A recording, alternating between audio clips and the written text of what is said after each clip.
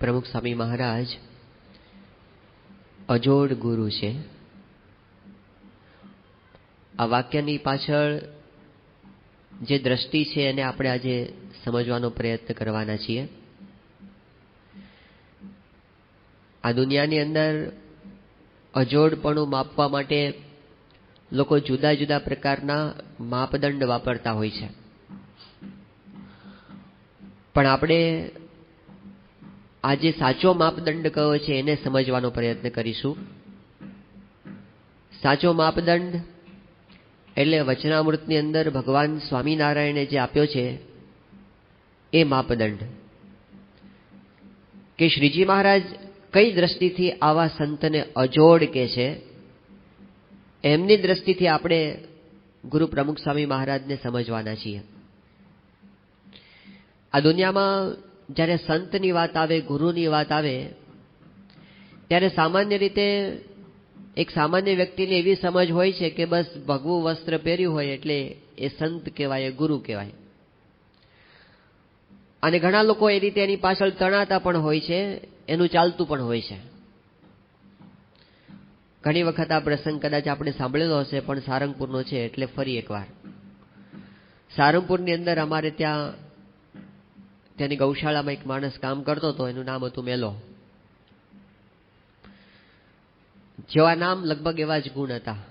એ ક્યારે નાતો હશે ખબર નહીં, પણ ભજન બહુ સારા ગાતો. જ્યારે અમારી સંતોની રાતની સભા થાય શયન આરતી પછીની, એમાં શરૂઆતમાં અડધો કલાક ભજન ગાવાના હોય, એમાં મેલો આવીને ઘણીવાર ભજનો ગાય, ઊંચા સાદે સરસ ભજનો ગાતો. હવે એકવાર એવું થયું કે ગમે તે કારણસર એ મંદિર છોડીને જતો રહ્યો. ક્યાં ગયો કોઈને કઈ ખબર હતી નહીં. વર્ષો પસાર થઈ ગયા. 3-4 વર્ષ પછી એવું બન્યું કે એકવાર મંદિરના કેમ્પસમાં એક યાત્રાની બસ આવી. એમાંથી 50 જેટલા યાત્રાળુઓ બધા નીચે ઉતર્યા અને ઠાકોરજીના દર્શન કરવા માટે ત્યાં મંદિર ઉપર ગયા. એ બસમાંથી એક મહાત્મા ઉતર્યા અને એ પોતે જે આપણી ઓફિસ કોમ્પ્લેક્સનું છે આગળનો ભાગ થોડો, ત્યાં આવ્યા. અને એ વખતે આપણે સારંગપુરના એક સંત છે ઘનશ્યામ પ્રકાશ સ્વામી, એ પોતે ત્યાં બગીચો સંભાળે છે.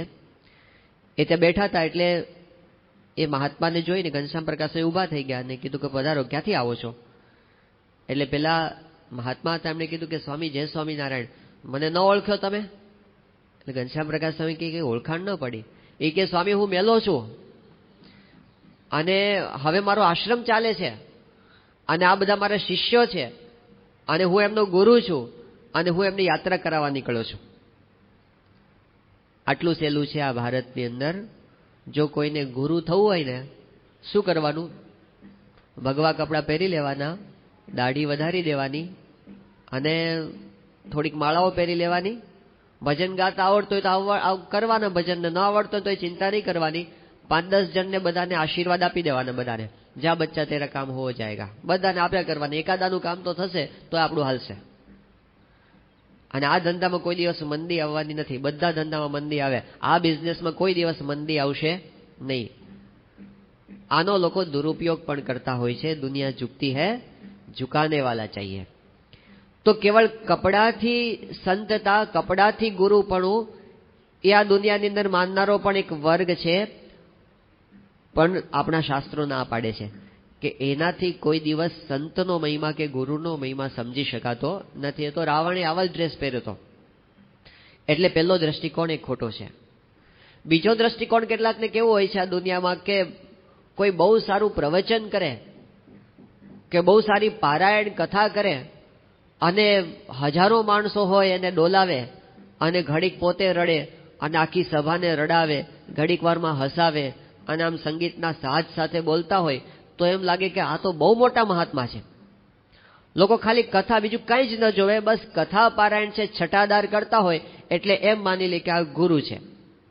તમે ઉપનિષદ વાંચો, ગીતા, ભાગવત, રામાયણ, મહાભારત, વચનામૃત, સ્વામીની વાતો, કોઈ પણ શાસ્ત્ર વાંચો, એક પણ શાસ્ત્રમાં એવી ડેફિનેશન નથી કે જે બહુ છટાદાર પ્રવચન કરતા હોય એ ગુરુ કહેવાય. પણ આ દુનિયામાં એક વર્ગ તમને એવો મળશે કે એ લોકો મોટા ભાગે શું માનતા હોય કે આ મહાત્મા બહુ સારું પ્રવચન કરે છે ને એટલે એ મારા ગુરુ. ખોટો દ્રષ્ટિકોણ છે.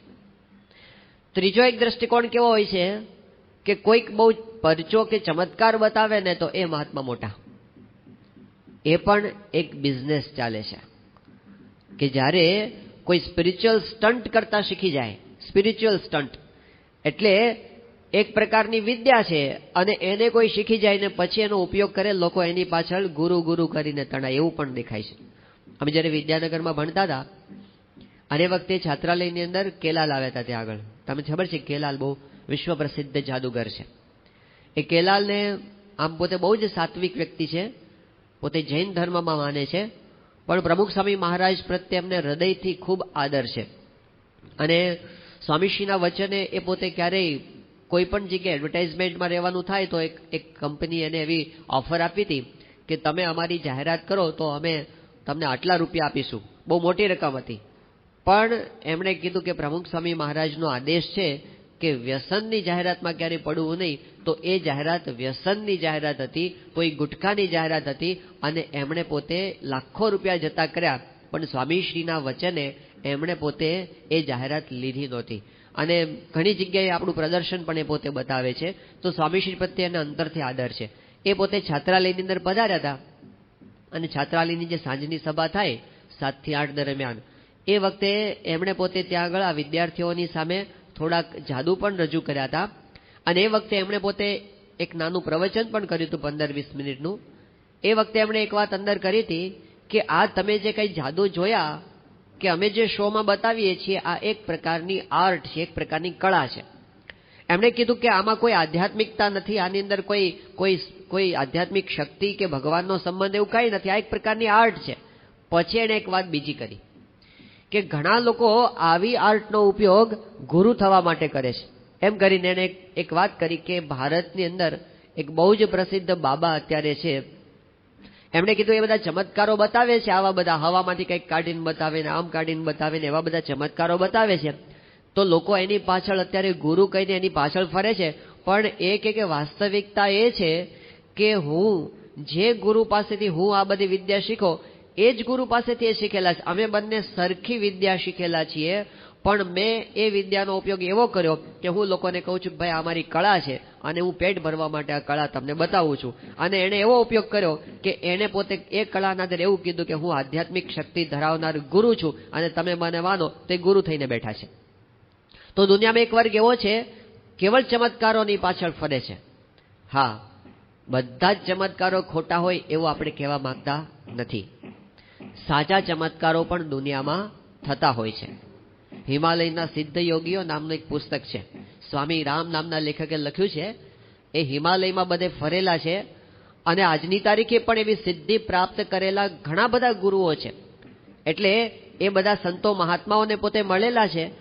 પણ સારાંશ એ આવે છે કે જે આધ્યાત્મિક માર્ગે આગળ વધેલા છે બધાનો એક મત પડે છે કે આવી સિદ્ધિઓ હોય તો પણ એનાથી કોઈ આધ્યાત્મિક મોટપ નથી.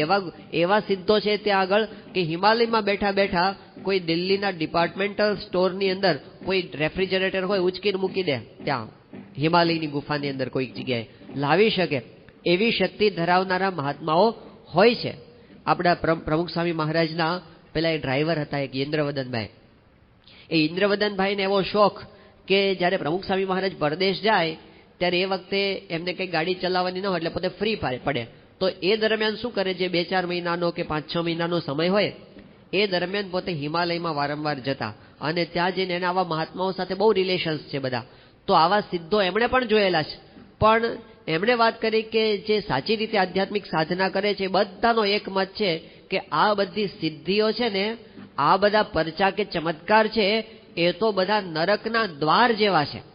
એ તો ઉલટાના આપણને ભગવાનથી દૂર લઈ જાય છે. એ તો આપણને કોઈ કલ્યાણના માર્ગે લઈ જઈ શકતા નથી. જેમ રામકૃષ્ણ પરમહંસનો પહેલો એક પ્રસંગ છે કે ગંગા કિનારે બેઠા હતા અને એ વખતે એક માણસ એમની પાસે આવ્યો અને એમણે કીધું કે રામકૃષ્ણ પરમહંસને કે તમને કઈ ચમત્કાર આવડે છે? તો રામકૃષ્ણ પરમહંસે કીધું અમને કઈ ચમત્કાર આવડતા નથી. તો પેલા માણસે કીધું જો હું તમને ચમત્કાર બતાવું. એમ કહીને એ માણસ ગંગા નદી ઉપર ચાલતા ચાલતા સામે કાંઠે ગયો અને ત્યાંથી ચાલતા ચાલતા પાછા આવ્યો પાણી ઉપર ચાલીને ગયો અને પાણી પર ચાલીને પાછો આવ્યો. એ વખતે રામકૃષ્ણ પરમહંસ પાસે આવીને એમણે કીધું જોઈ મારી સિદ્ધિ તમે? એ વખતે પરમહંસે પ્રશ્ન પૂછ્યો કે કેટલો સમય આની પાછળ તે કાઢ્યો આ સાધના કરવામાં?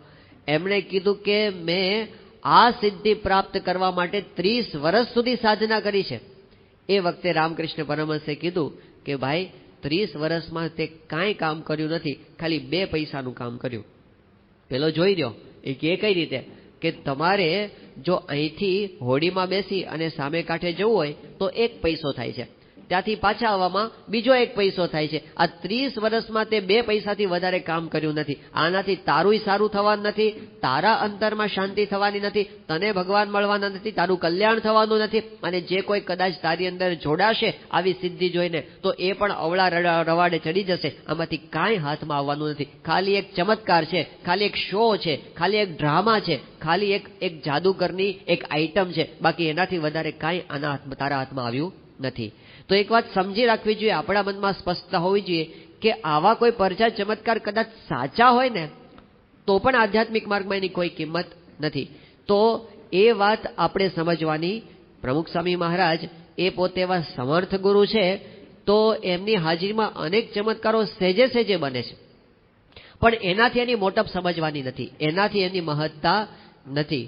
ત્યાં સુરતની અંદર ડૉક્ટર ડીપી સાવલિયા સાહેબ છે, આપણા મંદિરની પાસે જ રહે છે, એ પાક્કા સત્સંગી છે, રોજ સવારની કથામાં આવે છે. તો સાવલિયા સાહેબે વાત કરી હતી, એ કે મારે દીકરો નહોતો અને હું તો ડૉક્ટર છું અને મને ખબર છે કે મેં બધા પ્રકારના ટેસ્ટ કરાવી લીધા હતા અને મારા જિંદગીમાં કોઈ દિવસ દીકરો થાય એવી કોઈ શક્યતા હતી જ નહીં, એ એને પાક્કું હતું. અને કે એ વખતે પ્રમુખ સ્વામી મહારાજ અહીં સુરતમાં આવ્યા હતા અને એ વખતે સંતો મને બાપા પાસે દર્શન માટે લઈ ગયા અને એ વખતે એક સંતે વાત કરી કે સ્વામી આ ડૉક્ટર સાહેબને દીકરો નથી. તો સ્વામી બાપા કે આપણે આશીર્વાદ આપીએ છીએ, ભગવાનને પ્રાર્થના કરીએ દીકરો થાય. સાવલિયા સાહેબ કે મને તો ખાતરી હતી કે મને કોઈ દિવસ થાય એમ છે જ નહીં દીકરો, પણ એમણે કીધું બાપાએ આશીર્વાદ આપ્યો અને થયો વર્ષમાં દીકરો. એનું નામ એને શ્રીજી ઉપાડ્યું છે. અત્યારે ઓસ્ટ્રેલિયાની અંદર રહીને પોતે ભણે છે.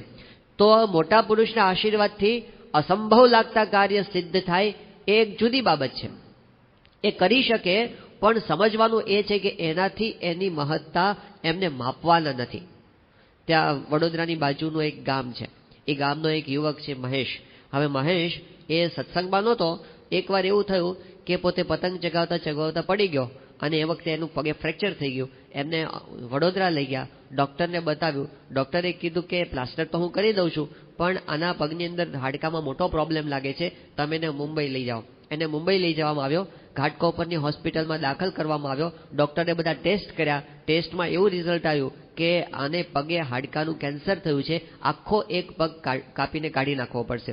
એને હોસ્પિટલમાં એડમિટ કરી દીધો. એના માટેની ઓપરેશનની ડેટ ફિક્સ થઈ ગઈ, બધી એપોઇન્ટમેન્ટ લેવાઈ ગઈ. એ દરમિયાન એમના એક સ્નેહી ભાસ્કરભાઈ મહેતા એ પોતે ત્યાં મુંબઈમાં રહેતા હતા. તો એમણે આમને વાત કરી કે પ્રમુખ સ્વામી મહારાજ એ બહુ મોટા સમર્થ સંત છે, અમારા ગુરુ છે, તો તમે ચાલો ત્યાં આગળ. એટલે એના પિતાશ્રીને સમજાવી અને આ છોકરાને લઈ ગયા ત્યાં દર્શન કરવા માટે. એ યુવકને સ્ટ્રેચરમાં સુવડાવ્યો હતો. પ્રમુખ સ્વામી મહારાજ જ્યારે ઠાકોરજીના દર્શન કરીને બહાર નીકળતા હતા એ વખતે એમની પાસે લાવવામાં આવ્યો અને કીધું કે સ્વામી આ છોકરો છે ને એને પગે કેન્સર થયું છે, પગ કાપવાનો છે. સ્વામીશ્રી પગ ઉપર હાથ ફેરવ્યો અને કીધું કે ભગવાન સારું કરશે. એમ કરીને બાપા પોતે પૂજાની અંદર પધારી ગયા. આ છોકરાને હોસ્પિટલ લાવવામાં આવ્યો અને એ છોકરાએ કીધું કે મારા ટેસ્ટ બધા ફરીથી કરો. અને ફરીથી બધા ટેસ્ટ કર્યા તો રિઝલ્ટ નેગેટિવ આવ્યું અને કીધું કે આને તો કેન્સર છે જ નહીં. એ જ ડૉક્ટરો જેને પહેલાં કેન્સર ડિટેક્ટ કર્યું હતું એ કે આના પગમાં કોઈ જ પ્રોબ્લેમ નથી, એ સાજો થઈ ગયો, એક સત્સંગી બની ગયો, એ કાર્યકર પણ બની ગયો અને આજે એ સંત બની ગયા છે. એ યુવક અત્યારે સંત છે, સુરેન્દ્રનગર મંદિરમાં સેવા કરે છે. જ્ઞાન દર્શન સ્વામી એમનું નામ છે. તો મોટા પુરુષની ઉપસ્થિતિમાં આવા હજારો ચમત્કારો થતા હશે, પણ યાદ આપણે એ રાખવાનું છે આવા ચમત્કારોથી એમની કિંમત નથી, એ આપણે સ્પષ્ટ કરવાનું છે. એનો સાચો માપદંડ નથી. તો પછી કેટલાક લોકોને એવું હોય છે કે કયા મોટા સંત, કે જેની પાસે લાખો માણસો ફરતા હોય ને એ મોટા ગુરુ કહેવાય, જાજા માણસો ફરે ને એ મોટા ગુરુ. એ માપદંડ પણ ખોટો છે. એક વખત એક ભાઈ હતા અને એ પોતે ગયા હતા જુનાગઢ મંદિરે અને એ વખતે જુનાગઢમાં ગુણાતીતાનંદ સ્વામી બિરાજમાન હતા. તો ગુણાતીતાનંદ સ્વામી તો જુનાગઢ મંદિરના મહંત કહેવાય હજારો માણસો ગુણાતીતાનંદ સ્વામીને સભામાં દંડવત કરે, ગુણાતીતાનંદ સ્વામીની વાતો સાંભળે, ગુણાતીતાનંદ સ્વામી આખા મંદિરના મોવડી કહેવાય. આ બધું એને જોયું અને થયું કે ઓહો, આ તો બહુ મોટા સંત છે, આટલા બધા માણસો એમને માને છે. એટલે પછી એમને કીધું કે મારે ગુણાતીતાનંદ સ્વામીની સેવામાં રહેવું છે. એમને સ્વામી પાસે આવીને કીધું કે સ્વામી, મારે તમારી પાસે અહીં સેવામાં રહેવું છે, તો રાખશો? ગુણાતીતાનંદ સ્વામી કે હા, રો, કઈ વાંધો નહીં, કરો અહીં આગળ સેવા. એ ગુણાતીતાનંદ સ્વામી પાસે રોકાયા, પણ માપદંડ શું હતો કે જાજા માણસો ગુણાતીતાનંદ સ્વામીને માને છે એટલા માટે સ્વામી મોટા. હવે થોડો સમય થયો અને બન્યું એવું કે ત્યાં આગળ કોઈ જન્માષ્ટમી જેવો મોટો ઉત્સવ આવ્યો હતો અને વડતાલથી આચાર્ય રઘુવીરજી મહારાજ ત્યાં આગળ પધાર્યા હતા. રઘુવીરજી મહારાજ બહુ મોટા આચાર્ય કહેવાય, આખા સંપ્રદાયના ધણીક કહેવાય. અને એ જ્યારે આવે ત્યારે એમનો ઠાઠમાઠ તો જુદો જ હોય. આમ હાથી ઉપર એની સવારી નીકળતી હોય અને ડંકા અને નિશાનો આગળ હાલતા હોય અને પછી કેટલાય બધો મોટો સંઘ એની આગળ પાછળ ફરતો હોય, એના નામની છડીઓ પોકારાતી હોય, મોટી ગાદીવાળું આસન પડતું હોય. આ બધું એમણે જ્યારે જોયું ત્યારે એમને લાગ્યું કે ગુણાતીતાનંદ સ્વામી કરતા તો આ રઘુવીરજી મહારાજ મોટા છે, કારણ કે કેટલા બધા માણસો એમની આગળ પાછળ પડે છે, તેનો ઠાઠમાઠ તો જુઓ. એટલે એમને થયું કે આપણે ગુણાતીતાનંદ સ્વામીને મૂકો પડતા અને રઘુવીરજી મહારાજની સાથે જોડાઈ ગયા અને એમની સાથે પોતે વડતાલ પહોંચી ગયા અને ત્યાં એમની સેવામાં રહ્યા. હવે થોડા સમય પછી એવું બન્યું કે રઘુવીરજી મહારાજ છે આચાર્ય, એને કંઈક પધરામણી પ્રસંગે વડોદરા જવાનું થયું. તો પેલા ભાઈ હતા એ એમની સાથે વડોદરા ગયા અને બનવા જોગ એવું થયું કે એ વખતે ગાયકવાડ સરકાર, જે એ વખતના બહુ જ મોટા રાજવી કહેવાય, એમની એક સવારી નીકળી હતી વડોદરા શહેરમાંથી. અને આ તો ગાયકવાડની સરવારી, રાજા કહેવાય, એટલે એની તો ઠાઠમાઠ કંઈ જુદા જ પ્રકારનો હોય. કેટલા બધા હાથીઓ ને ઘોડા ને રથ ને પાલખીઓ ને છડીઓ ને અને હજારો માણસો આગળ પાછળ ફરતા હોય અને આખું ગામ આખું શહેર જોવા માટે ઉમટ્યું હોય. આ બધું એને જોયું, એને થયું કે ઓહો, આ રઘુવીરજી મહારાજ કરતા તો ગાયકવાડ મોટા છે, મૂકો રઘુવીરજી મહારાજને પડતા અને ગાયકવાડની સાથે જોડાઈ ગયા. એટલે માપદંડ શું, જાજા માણસો ફરતા હોય એ મોટા, એ માપદંડ ખોટો છે. એમ તો ફિલ્મના એક્ટરો પાછળ વધારે માણસો ફરતા હોય છે કે ક્રિકેટરો પાછળ વધારે ફરતા હોય છે, તો એને કંઈ ગુરુ કરવામાં આવતા નથી. આધ્યાત્મિક મોટપ એનાથી પણ નથી.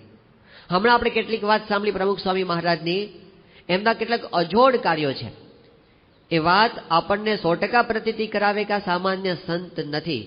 આજે આપણે બહુ જ તટસ્થ રીતે જોઈએ, બહુ જ તટસ્થ રીતે, ખાલી આપણે એમના શિષ્ય છીએ એવી રીતે નહીં, પણ બહુ તટસ્થ રીતે જોઈએ તો પણ આપણને એક વસ્તુ દેખાય છે કે આ વિશ્વના ઇતિહાસમાં ન થયા હોય એવા કાર્યો પ્રમુખ સ્વામી મહારાજે કર્યા છે. જ્યારથી આ પૃથ્વીની ઉત્પત્તિ થઈ, કે જ્યારથી આ પૃથ્વી પર માણસ જન્મ્યો, ત્યારથી માંડીને આજ સુધીના હજારો લાખો વર્ષોના ઇતિહાસની અંદર કોઈ એક પુરુષે આ પૃથ્વી પર જેટલા મંદિરોનું નિર્માણ ન કર્યું હોય અને જેવા મંદિરોનું નિર્માણ ન કર્યું હોય એવા એકલા પ્રમુખ સ્વામી મહારાજે આપણી નજર સામે કર્યા છે આ પૃથ્વી પર. આ દિલ્હી અક્ષરધામનું નિર્માણ એક અજોડ કાર્ય છે. નાસ્તિક માણસ ત્યાં આવે છે તો પણ એનું મસ્તક ઝૂકી જાય છે, કે છે કે અહીં કોઈ દિવ્ય શક્તિ કામ કરે છે એવું એને બોલવું પડે છે.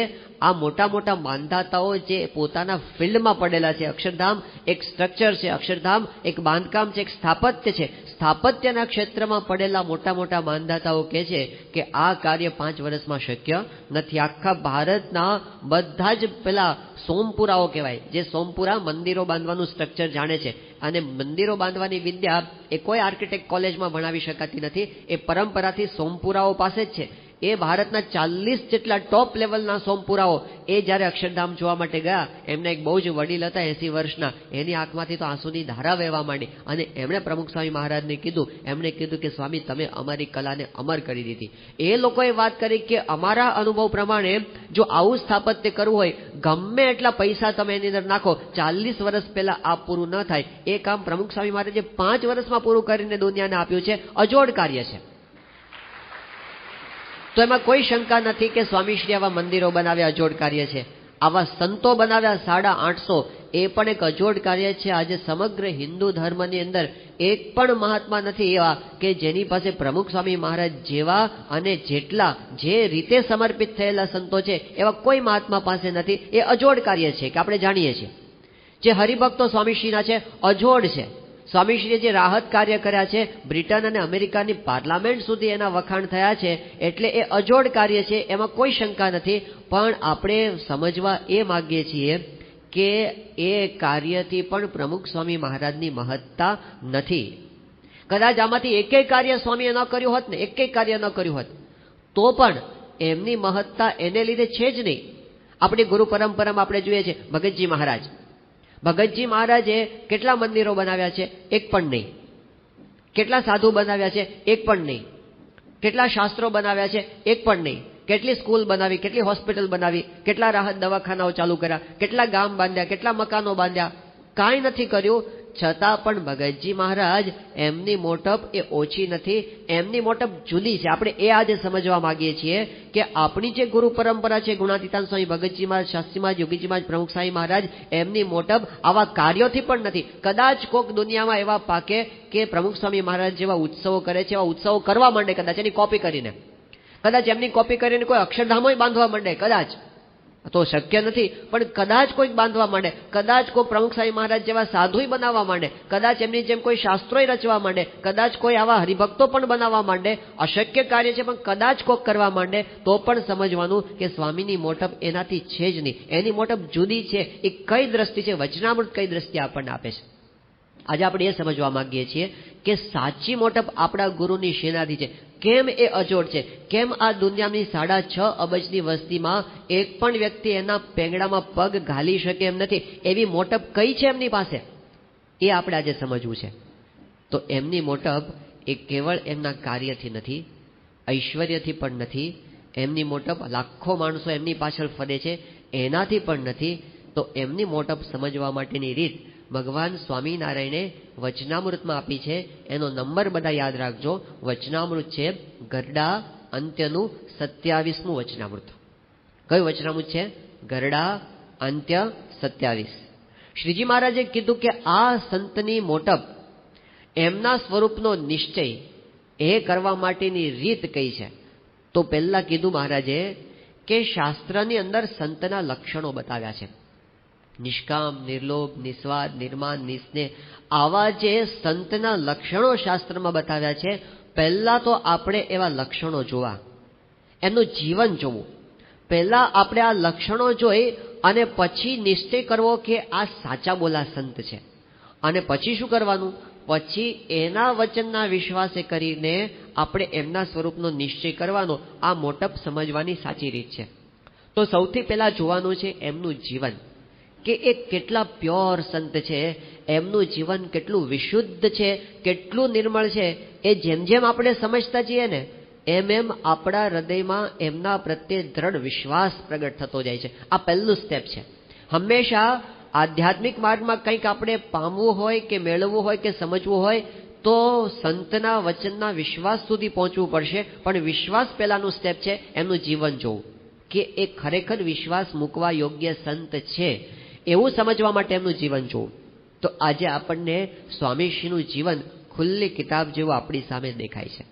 આ ખાલી આપણે એમના શિષ્ય છીએ એટલે વાત કરીએ છીએ એવું નથી, પણ જે એમના યોગમાં આવ્યા છે, આ દુનિયાના બધા લોકો, એ બધાના હૃદયમાં અત્યારે આપણે જોઈએ છીએ, આપણે ઘણા લોકોના સંપર્કમાં આવીએ છીએ બહાર, તો દુનિયામાં બધા લોકોના હૃદયમાં અત્યારે એક છાપ તો છે જ કે પ્રમુખ સ્વામી મહારાજ સાચા સંત છે, એક નિર્મળ સંત છે, એક અત્યંત પવિત્ર સંત છે, આવું બધા માને છે. 2003ની સાલમાં પ્રમુખ સ્વામી મહારાજ અમદાવાદમાં બિરાજમાન હતા અને એ વખતે વ્યક્તિગત મુલાકાત માટે જે હરિભક્તો આવતા હોય એની અંદર એક અજાણ્યા ભાઈ આવ્યા. પહેલી જ વખત સ્વામીશ્રીને મળતા હતા. એમણે આવીને સ્વામીને વાત કરી કે સ્વામી તમે મને કંઠી પહેરાવો. સ્વામીશ્રી એમને વર્તમાન ધરાવ્યા. એ વખતે એ ભાઈએ પોતાનો પરિચય આપ્યો. એમણે કીધું કે સ્વામી હું અમદાવાદથી મુંબઈ જતી જે ટ્રેન છે એમાં ટીસી તરીકેની નોકરી કરું છું અને હું અહીં આપની પાસે આવ્યો આપને ગુરુ કરવા માટે. એની પાછળ એક ઘટના છે, એક પ્રસંગ છે. એમ કહીને એણે પોતે એક પ્રસંગ કીધો કે હું એક વખત આ ટ્રેનમાં ટ્રાવેલિંગ કરતો હતો. હવે એ વખતે એક કમ્પાર્ટમેન્ટમાં હું ઊભો હતો. એ કમ્પાર્ટમેન્ટમાં કેટલાક લોકો બેઠા હતા. એ બધા કેવા હતા કે એ લોકો જે રોજ અપડાઉન કરતા હોય અને અમારે રોજ એની સાથે ઘરોબો થયેલો હોય એવા કેટલાક લોકો ત્યાં આગળ બેઠા હતા. ત્યાં અંદર વાતચીત કરતા હતા. હવે વાતચીતમાં એમનો વિષય એવો નીકળ્યો કે અત્યારે આપણા બધા ધર્મગુરુઓ કેવા છે અને ધર્મગુરુઓ વિશે જે વાત થતી હતી એમાં આ બધા પાછા એવા દ્રષ્ટિકોણવાળા હતા જે બધા નાસ્તિક જેવા હતા. એટલે બધા ધર્મગુરુઓની કાપવા માટે જ બેઠા હતા. એટલે કોઈ એક ધર્મગુરુની વાત નીકળે એટલે એક જણ એનો એક નેગેટિવ પોઈન્ટ કે, બીજો એનો બીજો કે, ત્રીજો એનો ત્રીજો કે, અને 2-5 મિનિટમાં તો એ ધર્મગુરુનો હાવ મૂળ બધા ભેગા થઈને કાઢી નાખે. પછી બીજા ધર્મગુરુની વાત નીકળે, ત્રીજા ધર્મગુરુની વાત. આવું જ નિંદા કરવા માટે જ એ લોકો બેઠા હતા. અને એ દરમિયાન હું ઉભો સાંભળતો હતો, તો એટલામાં બન્યું એવું કે કોકના મોઢેથી આપનું પણ નામ નીકળ્યું કે પ્રમુખ સ્વામી મહારાજ પણ મોટા ગુરુ છે બહુ. અને એ વખતે મેં જોયું કે જે લોકો ક્યારના બોલ કરતા હતા અને નિંદા કરતા હતા બધા ગુરુઓની, પણ તમારું નામ જેવું આવ્યું ને એટલે બધા બોલતા શાંત થઈ ગયા. કોઈ એક શબ્દ ન બોલે. એ બધા એક જ વાત કરે કે ના પ્રમુખ સ્વામી તો બહુ સાચા ગુરુ છે, એ તો બહુ મહાન સંત છે, એમાં કાંઈ કહેવા જેવું નથી. હવે આ કોઈ સ્વામિનારાયણ સંપ્રદાયના આશ્રિત નહોતા, આ બધા જ બહારના વ્યક્તિ છે. અને આ વ્યક્તિ પોતે કે છે, પેલા ટીસી હતા એ કહે છે કે સ્વામી મને એવો અનુભવ થયો કે જે લોકો ખાલી ટાઈમ પાસ કરવા માટે નિંદા કરે છે ધર્મગુરુઓની, એ લોકોને ટાઈમ પાસ કરવા માટે પણ તમારો એક નેગેટિવ પોઈન્ટ ન મળ્યો તો મને લાગ્યું કે આનાથી વધારે પ્યોર ગુરુ મને બીજે ક્યાં મળશે, એટલે હું તમારી પાસે આવું છું. તો સ્વામીશ્રીનું આ વ્યક્તિત્વ છે. હવે આ દૂરની વ્યક્તિની વાત થઈ, જે બહાર છે, જે નજીક નથી આવ્યા છતાં એમના હૃદય પર આ પર્સનાલિટી છે. હવે સ્વામીશ્રીની જે નજીક રહ્યા છે, રાત દિવસ બાપાની ભેગા રહે છે, એ લોકોના હૃદય ઉપર કેવી છાપ છે. સાધારણ રીતે એવું હોય કે જે ભેગા રહેતા હોય ને એને પછી બહુ મહિમા ન હોય, કારણ કે એને બધી ખબર હોય, મહાદેવજીના ગુણ પોઠીઓ જાણે ને એમ ભેગા રહેનારને બધી ખબર હોય. યોગી શતાબ્દી મહોત્સવમાં એક બહુ મોટા મહામંડલેશ રહ્યા હતા અને બહુ પ્રખર વક્તા. હવે એ યોગી શતાબ્દી મહોત્સવ વખતે એમનો ઉતારો હતો, ત્યાં આગળ એમાંથી એમને લાવવા લઈ જવા માટે એક યુવક એ પીઆરની સેવામાં હતા, એ પોતે એમને લેવા માટે એમના ઉતારે ગયા. હવે પેલા જે મહાત્મા હતા એ પોતે બેઠા હતા અને એમના ચેલો હતો એની જટા ઓળતો હતો. એટલે પેલા મહાત્મા બિચારા કંઈક એને પાણી જોતું હતું એટલે બૂમા બૂમ કરતા હતા કે ભાઈ પાણી લાવો. પણ પેલો જટા ઓળવાથી નવરો જ ન પડે. તે પછી આપણા યુવકે એમની સેવા કરી પેલા મહાત્માની. કહેવાનો મતલબ એમ છે કે મહાત્મા પોતે બહાર મોટા કહેવાતા હોય, એને બધી પ્રવચનો બધા જોરદાર બધે બાર લોકો સાંભળવા માટે આવતા હોય, પણ એની નજીક રહેનાર વ્યક્તિઓ છે એના હૃદય ઉપર એનો સહેજ પણ મહિમા ન હોય એવું આપણને દુનિયામાં ઘણી જગ્યાએ જોવા મળે છે. કારણ કે નજીક રહેનાર છે એને યથાતથ જાણતા હોય, જેમ છે તેમ. સાધારણ રીતે દૂર હોય ત્યાં સુધી મહિમા રહે. આ દુનિયામાં એવું જ છે બધે. મિત્ર ઘણા સમયથી મળ્યો ન હોય અને કોઈક દિવસ મળી જાય તો થાય કરે તું તો ઈદ કા ચાંદ બન ગયા, ક્યાં ગયો તો દેખાતો જ નથી, અને હમણાં તો કેટલા સમયથી ચાલ ઘરે ચાલ એવું આપણે કરીને લઈ જઈએ. એ કોક વાર મળતો હોય તો આપણને એટલું બધું રહે, પણ પછી જો કાયમ માટે ભેગા રહેવાનું થાય અને ધારો કે મિત્ર આપણા ઘરે આવે અને ઘરે આવે પછી અઠવાડિયું રોકાય તો પછી એમ થાય કે જાય તો સારું એવું થાય. તો ભેગા રહે ને પછી બહુ મહિમા રહેતો નથી. લગ્ન પહેલા જેવા સંબંધો હોય છે એવા લગ્ન પછી નથી રહેતા. પેલા બહુ પ્રેમ હોય પણ પછી રહેતો નથી પરસ્પર. કેમ? એકબીજાના સ્વભાવોની ખબર પડે છે એટલા માટે. એટલે જ્યારે ભેગા રહેવાનું થાય ત્યારે વ્યક્તિનું યથાર્થ સ્વરૂપ છે આપણને ખબર પડે. સ્વામીજીની વિશેષતા શું છે? આજે એમના જે આ 850 સંતો છે બધાનો અનુભવ એ છે કે જેમ જેમ એમની સાથે રહેતા જઈએ છે એમ એમ એમનો મહિમા વધારે સમજાતો જાય છે કે આપણે તો બાપાને સમજતા હતા એના કરતાં કેટલા આગળ છે, હજુ આગળ છે. એમના મહિમાના પારને પામી શકાતો નથી. આ ભેગા રહેનાર લોકોના હૃદય પર એમની અસર છે. આજથી 12-13 વર્ષ પહેલા પ્રમુખ સ્વામી મહારાજ સારંગપુરમાં હતા અને એ વખતે સંતોની એક સભા ત્યાં વાડીએ રાખવામાં આવી હતી. યજ્ઞ પુરુષ વાડી છે અમારી ત્યાં. એ સભાની અંદર વિવેક સાગર સ્વામીનો ઇન્ટરવ્યુ રાખવામાં આવ્યો હતો. હવે એમને કેટલાક પ્રશ્ન પૂછવામાં આવ્યા હતા. અગાઉથી એવું નહોતું કીધું કે તમને આટલા પ્રશ્નો પૂછશું, તમે તૈયાર કરીને લાવજો, એવું અમને કહેવામાં નહોતું આવ્યું. ઇન્સ્ટન્ટ પ્રશ્ન પૂછવામાં આવ્યા હતા.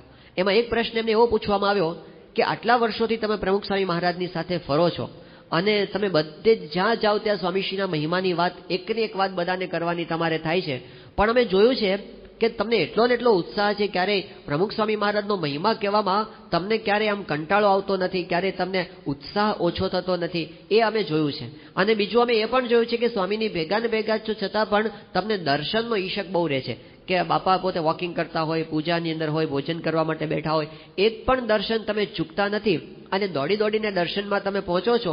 તો આટલો બધો તમને ઉત્સાહ રહે છે, એનું કારણ શું છે?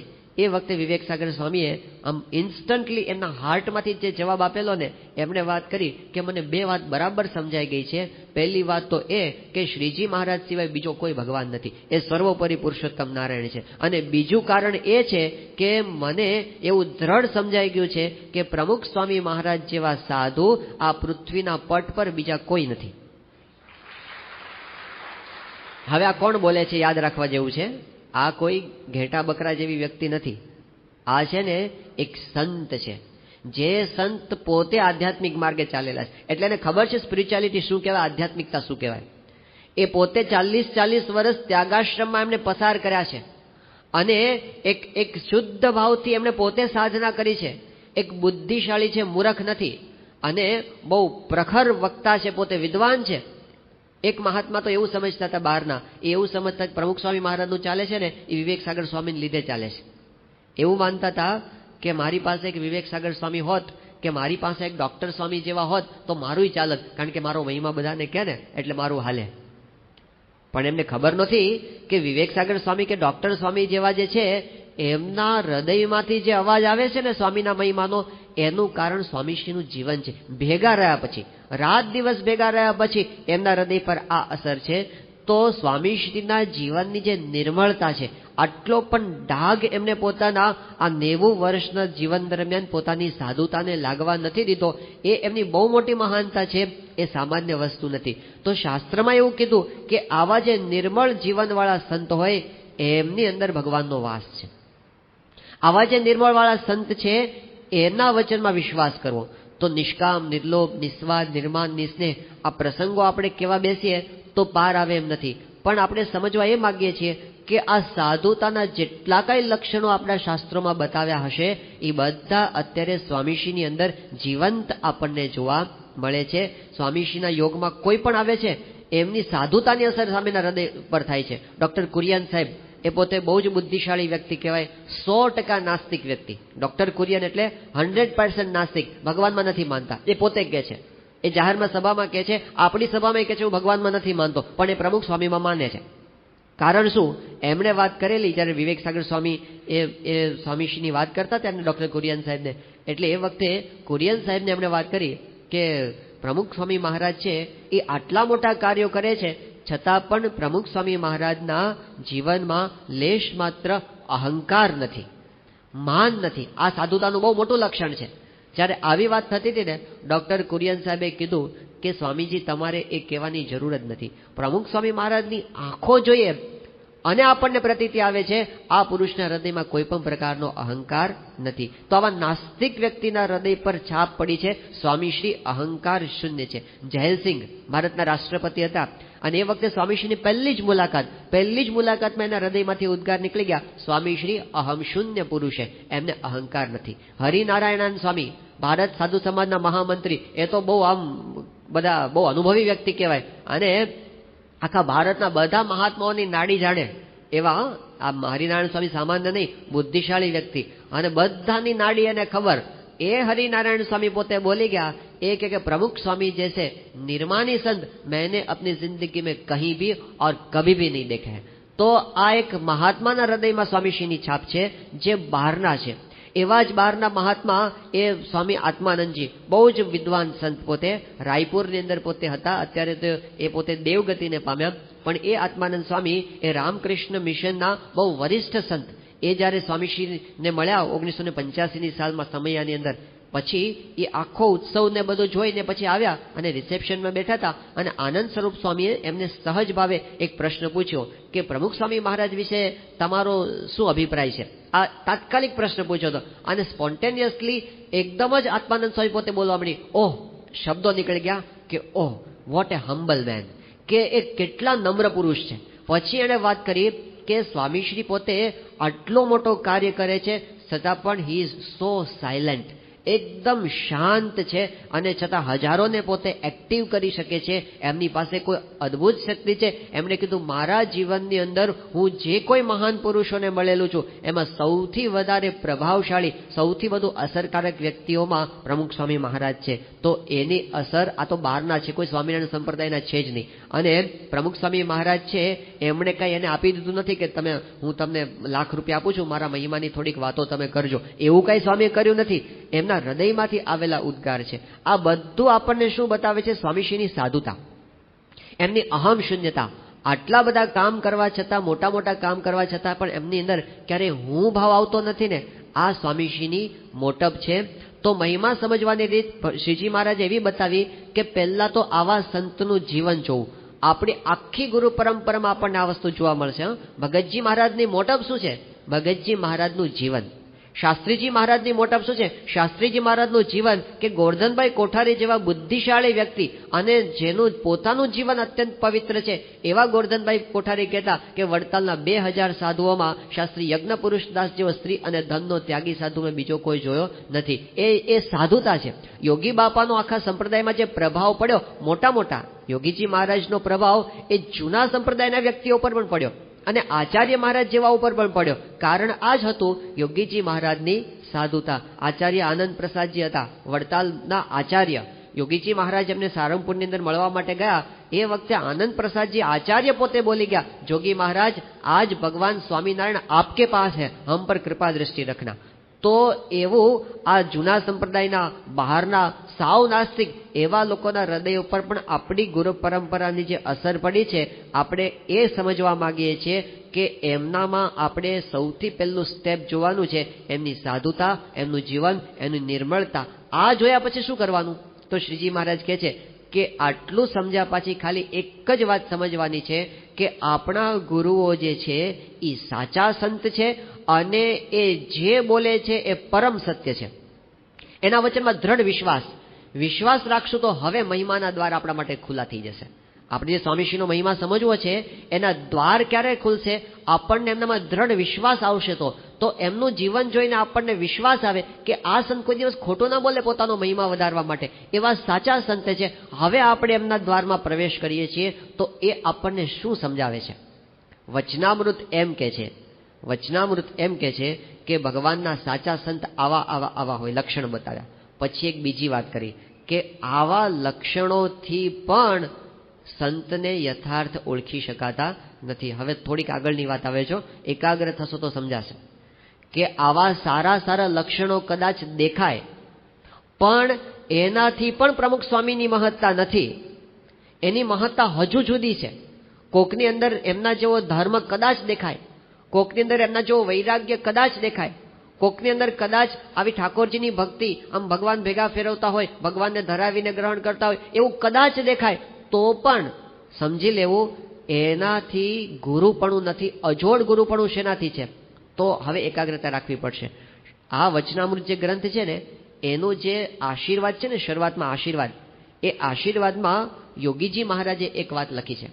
યોગીજી મહારાજ કહે છે કે વચનામૃતની અંદર જે સંતનો મહિમા કહેવામાં આવ્યો છે, જે સંતને મોક્ષનું દ્વાર કહેવામાં આવ્યા છે, એ સંત બીજા કોઈ નહીં પણ ગુણાતીતાનંદ સ્વામી છે. વચનામૃતમાં જે સંતનો મહિમા આવે ને, એટલો બધો મહિમા કીધો છે ને કે કોકને એવી ઈચ્છા થઈ જાય, અંતરમાં ગલગલિયા થઈ જાય કે આ સ્થાન ઉપર આપણે બેસી જઈએ. એટલો બધો મહિમા છે વચનામૃતમાં. વચનામૃતમાં તમે જાઓ અને સંતનો એટલો બધો મહિમા આવે. વચનામૃત એમ કે છે તમારે કોઈ પણ ઉપાય સિદ્ધ કરવો હોય તો વચનામૃત કહે છે કે સંત પાસે જવું જ પડે. વચનામૃતમાં એમ કીધું કે તમારે મોક્ષ કરવો છે, પ્રથમનું 54મું વચનામૃત, તો સંત પાસે જાઓ.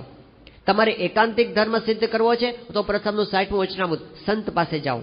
કે તમારે અંતરમાં નિર્વિકલ્પ સમાધિ જેવી શાંતિનો અનુભવ કરવો છે તો વડતાલનું 11 અને અંત્યનું 11મું વચનામૃત, સંત પાસે જાઓ.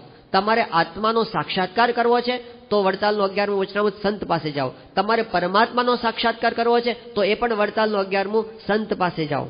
તમારે જીવનમાં ભગવાન પ્રત્યેની સાચી ભક્તિ સિદ્ધ કરવી છે તો પ્રથમનું 44મું વચનામૃત, મધ્યનું 29મું વચનામૃત, અંત્યનું 5મું વચનામૃત, સંત પાસે તમે જાઓ તો એ બધું તમને સિદ્ધ થશે. તમારે વાસના ટાળવી હોય, તમારે એકાંતિક ધર્મ સિદ્ધ કરવો હોય, કોઈ પણ સાધન સિદ્ધ કરવો હોય, મધ્યનું 25મું વચનામૃત, મધ્યનું 7મું વચનામૃત, મધ્યનું 63મું વચનામૃત, જીવને બળ પમાડવો, વાસના ટાળવી તો સંત પાસે જાઓ. તમારા પ્રારબ્ધ બહુ જ ખરાબ હોય, બહુ જ તમારા ભાગ્યમાં દુઃખ લખ્યું હોય અને એમાંથી તમારે બહાર નીકળવું છે તમારા પ્રારબ્ધના દુઃખમાંથી, તો પ્રથમનું 58મું વચનામૃત, ગમે તેવા ભૂંડા પ્રારબ્ધ હોય ટળી જશે, સંત પાસે જાઓ.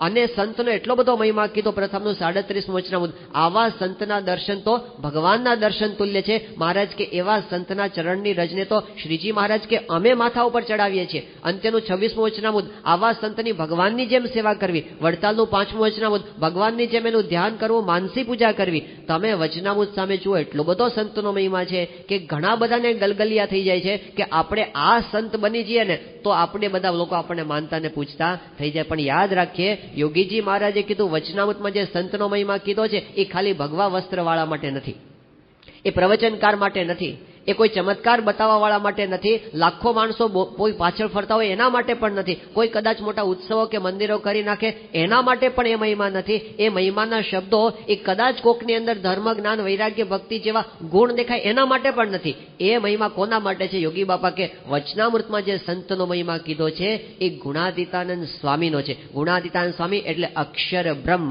જે સંતને શ્રીજી મહારાજ અક્ષરધામમાંથી લઈને આવ્યા છે, ગુણાતીતાનંદ સ્વામી, એનો જ એ મહિમા છે. ગુણાતીતાનંદ સ્વામી એટલે સ્વયં અક્ષર બ્રહ્મ. હવે આપણે જાણીએ છીએ કે 5 તત્વો છે: જીવ, ઈશ્વર, માયા, બ્રહ્મ અને પરબ્રહ્મ. બરાબર? જીવો કેટલા છે? અનંત. ઈશ્વરો કેટલા છે? અનંત. પણ બ્રહ્મ અને પરબ્રહ્મ કેટલા છે? એક જ છે. બ્રહ્મ અનંત કોટી બ્રહ્માંડમાં એક જ છે. એટલે વચનામૃતમાં જે સંત કીધા છે એ બ્રહ્મ છે, એ અક્ષર છે, અને એ અનંત કોટી બ્રહ્માંડમાં એક જ છે, અને એ ગુણાતીતાનંદ સ્વામી છે. એ જ ગુણાતીતાનંદ સ્વામી આજે ગુરુ પરંપરાની અંદર આપણા સુધી આપણને પ્રાપ્ત થયા છે. હવે 2 પ્રસંગો બરાબર યાદ રાખવાના છે. આ પ્રવચનના અંતમાં આવે છે 2 પ્રસંગો. પહેલો પ્રસંગ આ નામ અને ગામ સાથે તમને યાદ રહેવા જોઈએ. 1984ની સાલ પ્રમુખ સ્વામી મહારાજ અમેરિકા પધાર્યા હતા, અને અમેરિકાનું એક શહેર, એ શહેરનું નામ છે ડાયર્સબર્ગ. કયું નામ શહેરનું? ડાયર્સબર્ગ શહેરમાં સ્વામીશ્રી પધાર્યા હતા. એક હરિભક્તને મોટેલમાં સ્વામીશ્રી પધરામણીએ પધાર્યા હતા. એ હરિભક્તનું નામ છે છીતુભાઈ. શું નામ છે? છીતુભાઈ. દક્ષિણ ગુજરાતના છે, સેવણી ગામના વતની છે, અને એ પોતે આ ડાયર્સબર્ગની અંદર એમની મોટેલ છે, ત્યાં આગળ સ્વામીશ્રી પોતે પધાર્યા હતા. હવે એ પધરામણીમાં સ્વામીશ્રી બધી વિધિ બધી ચાલુ હતી. એ દરમિયાન એમના એક પડોશી એ ત્યાં દર્શન કરવા માટે આવ્યા. એ સત્સંગી નહોતા, બહારના વ્યક્તિ હતા. એ આવીને સ્વામીશ્રીને પગે લાગ્યા. એટલે સ્વામીશ્રીએ એમનો પરિચય પૂછ્યો કે તમારું નામ શું છે? એ કે સ્વામી મારું નામ ઇન્દ્રસિંહ છે. સ્વામી કે કયું ગામ દેશમાં તમારું? એટલે એમણે કીધું કે સ્વામી હું લીમડી ગામનો વતની છું, અને હું 6 મહિના પહેલા જ અમેરિકા આવ્યો છું. પછી એમણે પોતાની વાત કરી કે સ્વામી હું આમ સ્વામિનારાયણનો સત્સંગી નથી, પણ અહીં અમેરિકા આવ્યો એ પહેલા હું બધા મંદિરોમાં દર્શન કરવા માટે ગયો હતો ગુજરાતના. એ વખતે હું સોમનાથ ને દ્વારકા ને બધે ગયો હતો. એ વખતે હું ગોંડલ પણ ગયો હતો, અને ગોંડલની અંદર તમારું જે મંદિર છે એના દર્શન મેં કરેલા છે, અને મેં અક્ષરદેરીના દર્શન પણ કરેલા છે. એ ભાઈ જ્યારે એવું બોલ્યા ને કે મેં અક્ષરદેરીના દર્શન કર્યા છે, એ વખતે પ્રમુખ સ્વામી મહારાજે એમને કીધું કે ઇન્દ્રસિંહ, તમે જે અક્ષરદેરીના દર્શન કરીને આવ્યા ને, એ જ અક્ષર, એ જ ગુણાતીતાનંદ સ્વામી અત્યારે તમારી સાથે વાતો કરે છે.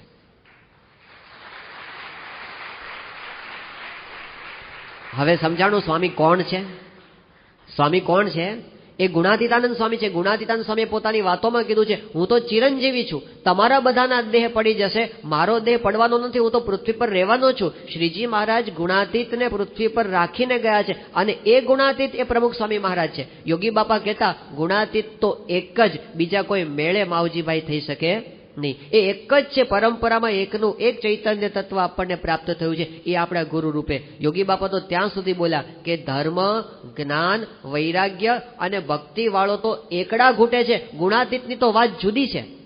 એ ગુણાતીત છે, એ ખાલી ધર્મ, જ્ઞાન, વૈરાગ્ય, ભક્તિ વગેરે ગુણો છે એનાથી જ એમની મોટપ છે એવું નથી. આપણે તો એવા ગુણોથી ખાલી એટલું જાણવા માંગીએ છીએ, આ સંત સાચા બોલા છે, અને પરિચય તો એમના વચનથી થાય, મહિમા તો એમના વચનથી આપણને સમજાય, આપણી બુદ્ધિથી ના સમજાય. તો એમણે આપણને પોતાનો મહિમા સમજાવ્યો. એ સ્વયં અક્ષરધામ છે, અને અક્ષરધામ અનંત કોટી બ્રહ્માંડમાં એક જ છે, અને એ આપણા ગુરુ છે, એટલા માટે અજોડ છે. આ પહેલો પ્રસંગ યાદ રહ્યો. હવે બીજો પ્રસંગ, તારીખ 8-10-1991. તારીખ 8-10-1991 પ્રમુખ સ્વામી મહારાજ એ આફ્રિકાના મલાવી દેશનું પાટનગર છે લિલોંગવે. એ લિલોંગવેથી સ્વામીશ્રી જતા હતા દાર એ સલામ, પ્લેનની અંદર હતા. અને એ વખતે જે સંતો સાથે હતા એમાં સાહજિક વાર્તાલાપ ગોષ્ઠી થતી હતી.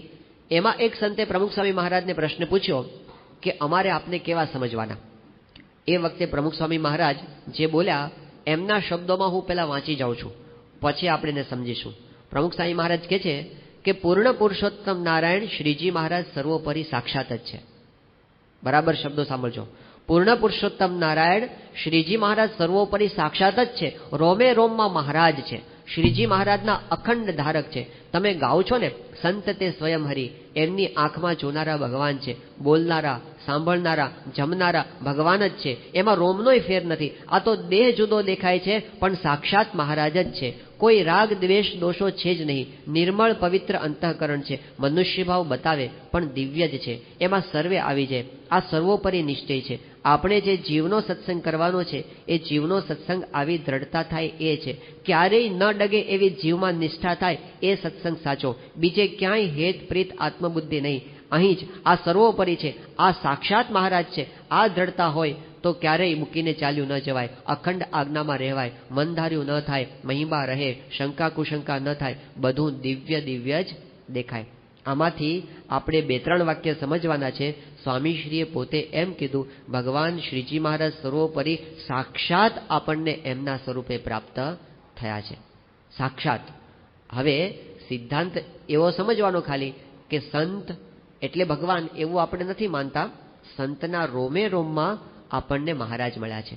અક્ષરધામના રોમે રોમમાં પુરુષોત્તમ નારાયણ છે. પ્રમુખ સ્વામી મહારાજ એ સ્વયં અક્ષરધામ છે અને એમની અંદર રોમે રોમમાં આપણને સ્વામિનારાયણ ભગવાન પ્રત્યક્ષપણે મળ્યા છે. એટલે જે ભગવાન દાદા ખાચરને મળ્યા હતા, જે ભગવાન 500 પરમહંસોને મળ્યા હતા, એ સાક્ષાત આપણને મળ્યા. સ્વામી કે એની આંખમાં જોનારા ભગવાન છે, પગમાં ચાલનારા ભગવાન છે. એનો અર્થ શું થયો ખબર છે? આ સ્વામીશ્રી પોતે બોલ્યા હતા સારંગપુરની અંદર.